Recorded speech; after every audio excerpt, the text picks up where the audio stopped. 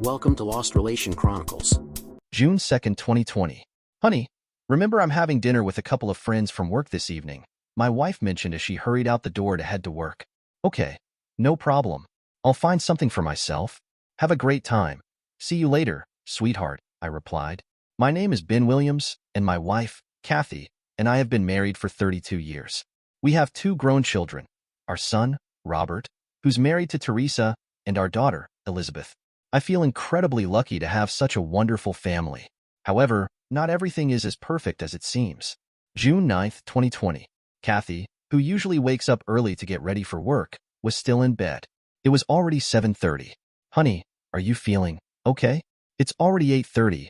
I asked her. No, I feel awful. I think I'm going to have to call in sick today, she replied. I went ahead and called her office, letting them know she was feeling under the weather and that we'd keep them updated on her condition. As the pandemic had been in full swing, we'd adapted our routines to stay safe. Kathy works for a large local construction company, which managed to stay busy despite the pandemic. She continued going into work each day, wore her mask, and tried her best to keep a safe distance from others.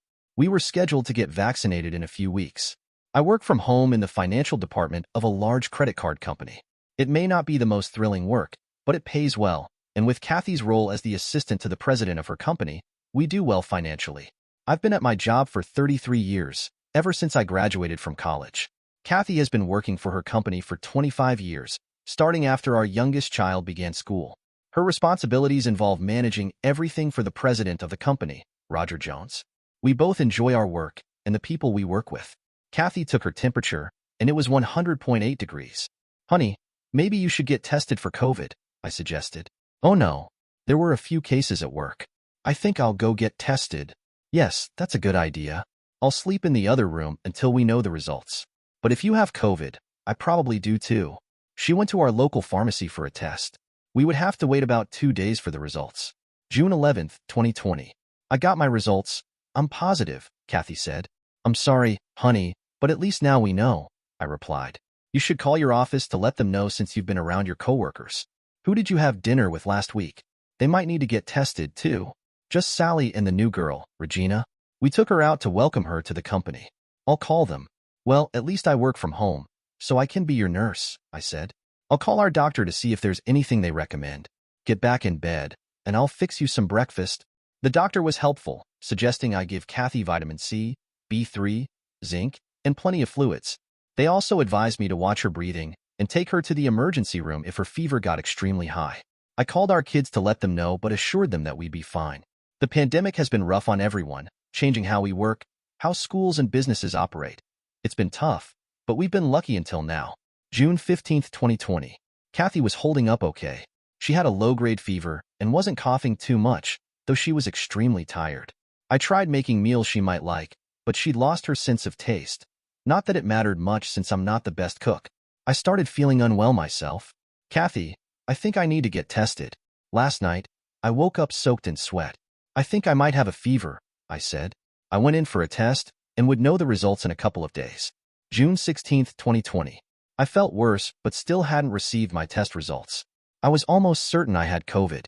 I struggled to make breakfast and lunch for us both, but thankfully my sister, who lives nearby, offered to bring dinner. I'm so grateful for my family. They've always been there when I've needed them. June 17th, 2020. My test results came back positive. I felt so drained that I could barely get out of bed. Meanwhile, Kathy seemed to be improving a little. I managed to order groceries online, which helped, though it was still hard trying to prepare meals. June 18th, 2020. Members of our church heard about us being sick and dropped off food and drinks. It's heartwarming to know people step up when you're down. I was still extremely tired, with a low-grade fever that wasn't spiking, but Kathy had gained a bit of energy. June 19th, 2020. Kathy was finally fever-free and feeling somewhat better. She was now taking care of me. I asked her how she thought she might have gotten COVID, and she said she wasn't sure. The phone rang, and I answered. It was Sally from Kathy's work, checking on us. I thanked her and asked if she was doing okay. She said she was fine and mentioned she hadn't been out in public for a couple of months. I was surprised. Kathy had told me that she went out with Sally and the new employee, Regina. Trying to shake off my unease, I thanked Sally for her concern and asked if anyone else at the office had COVID. She mentioned that Roger, the company president, Had been out for 14 days, but would be returning soon. I felt a pit form in my stomach. Here I was, sick with COVID, and now dealing with the realization that Kathy had lied to me. As far as I knew, she'd never lied to me in all the years we've been together. But now, sick and feeling unsettled, I couldn't ignore the questions. Why did she lie, and what else might I not know? June 20th, 2020. I didn't sleep at all last night. I had to know. So, I sat down at my computer, pulled up our credit card accounts, and checked for any unusual activity. Kathy and I each had our own cards, and though I rarely checked hers, I had them set up to monitor because of a hacking incident a few years back. My hand shook as I opened her account. There it was, a charge from the Capitol Inn on June 1st. The same night she claimed to be out for dinner with friends. The Capitol Inn was 20 miles away.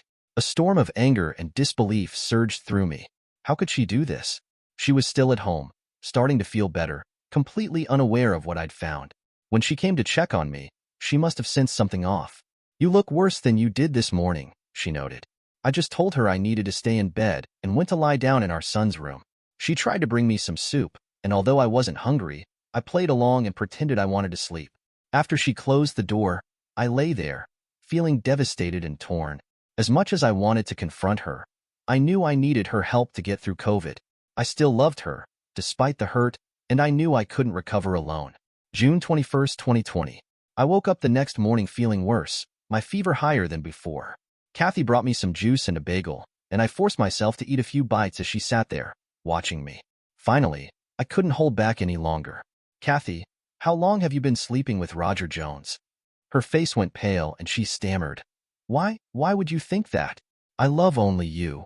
"Well," I replied, "I know you went to the Capitol in the night you were supposedly out with Sally and Regina.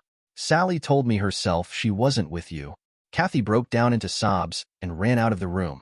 At least she knew that I knew. I didn't have it in me to drag things out, to follow her or spy on her. That was never my style, and she knew it. She also knew that I expected the truth, no matter how painful it might be. A little while later, Kathy crept back into the room, her face still tear-streaked. "Are you ready to tell me about it?" I asked. She started crying again, asking for forgiveness. I'd had enough of sidestepping the issue. "Just tell me the truth, please. That's all I want," I said. "I think I deserve at least that." "You do?" She choked out between sobs. "There are no excuses. You're the love of my life. I've never thought otherwise. I know what I did was terrible, but you're the only one I want to be with. So where did things go off the rails in our marriage?" She broke down again, barely able to get the words out. "It wasn't meant to be anything more than something naughty." "Naughty?" I said, feeling my anger resurface. "Well, you could have told me. You know I would have done anything with you. I tried to introduce new things in our relationship, but you shut me down every time." "Why?" Kathy sniffled, trying to gather herself. "When Roger started spending more time with me, I felt more at ease. He's very intelligent and attractive, though no more handsome than you." I rolled my eyes. "I've worked for him for over 20 years, Kathy said, her voice barely above a whisper. "We know each other well, and we got comfortable.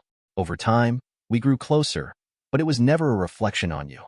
There was never any criticism of you between us. You're my rock, and I love you deeply. Nothing could change that." "A fine way to show it," I replied, bitterness thick in my voice. "I'm sure you two had a good laugh at my expense." "No, never," she insisted, looking stricken. "I know I acted horribly, but you are my anchor, my true love. That's the truth. How long have you two been sneaking around? I'm done with this guessing game. Tell me the truth, or so help me God." "I will," she interrupted, her face crumbling. "The first time was 3 years ago." 3 years, I repeated, the words echoing hollowly in my head. "I'm such a fool." "No, you're not. It wasn't constant. We probably averaged once a month, right?" I said, feeling numb. "And here I thought you couldn't make this worse." I shook my head. "Just go. Let me sleep. We'll talk tomorrow." She stood for a moment, clearly wanting to reach out to me, but I turned my face away as she leaned down to kiss me. She left the room, softly shutting the door, her quiet sobs lingering long after she was gone. June 22nd, 2020. I've never felt this isolated. No kids around, and Kathy's presence only amplifies the loneliness. I keep replaying moments when Roger was there, acting friendly, respectful, even knowing what he was doing behind my back. I feel hollow and foolish, sick to my stomach from more than just COVID. Kathy knocked on the door, asking if I wanted breakfast, but I told her I wasn't hungry. She insisted on bringing in my vitamins, saying I needed them to recover. After she left, I tried to fall back asleep, but soon enough, she was back. Kathy has always been one to explain herself, to justify her decisions. This was no different. She stood by the bed, looking remorseful. Ben, from the moment we met in college, I loved you. It may have taken you longer to fall for me, but I've always been yours, she said softly, her eyes red-rimmed. I made a terrible mistake, kept making it, and then denied it to myself. There are no excuses for what I did. I was selfish, a horrible person, and you don't deserve any of this.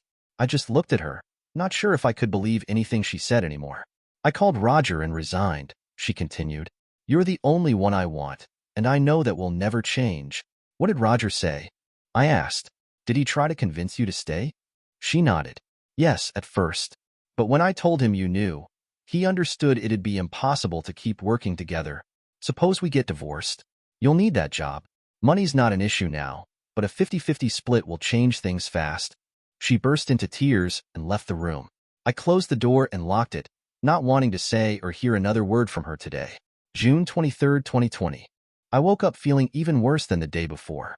My fever was relentless, and my clothes were soaked with sweat. Kathy, on the other hand, seemed almost fully recovered, while I felt like I was in a holding pattern, sick, drained, and caught in a nightmare with no end in sight. Kathy knocked on the door, asking if she could come in. Just give me a few more minutes, I replied. Eventually, I got up and unlocked the door. She entered with my meds, juice, and breakfast, hoping to continue our conversation. Sweetheart, I know I've hurt you deeply. I can't tell you how sorry I am, she said, her voice shaking. But please, I'm begging you, don't divorce me. I'll do anything. I'd live in the basement if I have to. What's wrong with you? I shot back. You had a 3-year affair, never worrying I'd find out. And now suddenly you're ready to do whatever it takes? I don't know who's the bigger fool, me, for trusting you all this time, or you, for thinking I'd just let this go. I'll start counseling, I swear. I'll do whatever it takes to save this marriage. Well, it takes 2 people to save a marriage, dear, and I'm not sure I'm willing. Please, don't say that, she whispered, barely holding back tears. I know I can be a good wife to you again. I'll do anything to earn your forgiveness. Just let me focus on getting better right now. I need my strength back. I turned over and closed my eyes, exhaustion weighing me down. I didn't have the energy to keep fighting. We got through the rest of the day without any more words on the subject. I still didn't know what I wanted. I just wanted to feel well again. The hard part was, I still loved her, but I didn't have it in me to fight for her right now. If she still wanted me, maybe there was hope. If she still wanted him, there was no way back. I felt betrayed in the worst way. How do you trust someone again after that? I wished I felt well enough to escape somewhere, to be alone with my thoughts. June 24, 2020. This morning, I woke up feeling sore. My back aches from being in bed so long, but I'm too weak to move much. Even going to the bathroom is a struggle. Kathy made a special breakfast, an omelet with bacon and toast, my favorite. I wish I could taste it, or even smell it. I tried to eat, but my appetite just isn't there. She urged me to finish, saying she'd make whatever I wanted. I'd say a one-way ticket to escape this mess, but that might be a bit much to ask. Kathy told me she had booked an appointment with a counselor highly recommended by Sally, who went through a rough patch with her husband a few years back. She and her husband both loved this counselor, she said, and Sally thought it could really help us. I paused. Kathy, does Sally know about you and Roger? Oh no, not at all. We were very discreet, she replied. Sally's pretty perceptive, though. You really think you managed to keep a 3-year affair hidden that well? Kathy looked down, sighing. I'm so sorry, Ben. I feel disgusted with myself for hurting you like this. I want you to know that Roger wasn't a better lover or anything like that. He was just different. It was wrong, and I know he only saw me as a distraction. He's not interested in commitment. He dates other women around town. I'm begging you. Please, let me try to make things right. If he felt that way, why did you keep this up for 3 years? Did you ever come home from being with him and then come to me? No, never. I would never have done that to you, she said quickly. And I never brought him into our home either. Well, I'm relieved to hear you didn't bring him into the house, at least. Tell me, did you two ever try anything different, like new activities or experiences that we haven't? She hesitated. Once, he wanted to tie me up, but I said no. That's just not something I'd want. Well, that's noble of you, I suppose. It's clear you do have standards. They're just incredibly low, I said, unable to hold back my frustration. So, was he a good lover? She looked hurt but answered softly, "Why do you want to know? You're still the best. This was just a terrible mistake, one I regret more than I can say. I was nothing more than a distraction to him. Please, forget him. I only want you. I want you to get well so we can move forward. I'll never forgive myself for hurting you like this. How would you feel if I'd had a 3-year affair with someone?" I asked. "I'd be hurt and furious," she admitted. "I don't blame you for feeling this way. I did an awful thing, and you deserve so much better. Please, I'm begging you to forgive me. I need some rest now. Good night." I closed my eyes, signaling that I wanted her to leave. June 25th, 2020. I woke up early this morning in intense pain, especially in my back, and was struggling to breathe. Even though it was only 5 a.m., I decided it was best to go to the emergency room. I managed to dress and get myself to the car, opting to drive alone since Kathy wouldn't be allowed in due to COVID protocols. When I arrived at the ER, the nurses and staff immediately hooked me up to an oxygen monitor and began checking my vitals. Breathing was painful. Every inhale and exhale felt like an effort. They performed an EKG, a chest X-ray, and then a CT scan to investigate my lungs. I was placed on a gurney to wait for results, grateful for how attentive and thorough the staff were. An ER doctor came in with the news: "I have blood clots in my lungs." They explained I would be admitted to start blood thinners and 4 fluids for nourishment. Despite everything, I felt a bit relieved to know the cause of my pain and difficulty breathing. A nurse helped me into a hospital gown and transferred me to a COVID ward. I hadn't even brought my cell phone, so they provided a phone for me to call Kathy. When I told her about my condition, she started wailing, saying she thought I'd left her. She kept apologizing, saying she should have driven me here. I reminded her that she wouldn't be allowed inside anyway, and told her I'd speak to her later, needing a break from her distress. Throughout the day, I was in and out of care with a steady stream of nurses, CNAs, doctors, and techs checking on me. The entire team has been so attentive. They're giving me medication and nutrition through IVs, which has made breathing a bit easier, though I still need supplemental oxygen. They encouraged me to eat, but I only had a small appetite, settling on some soup for lunch and chicken with rice for dinner.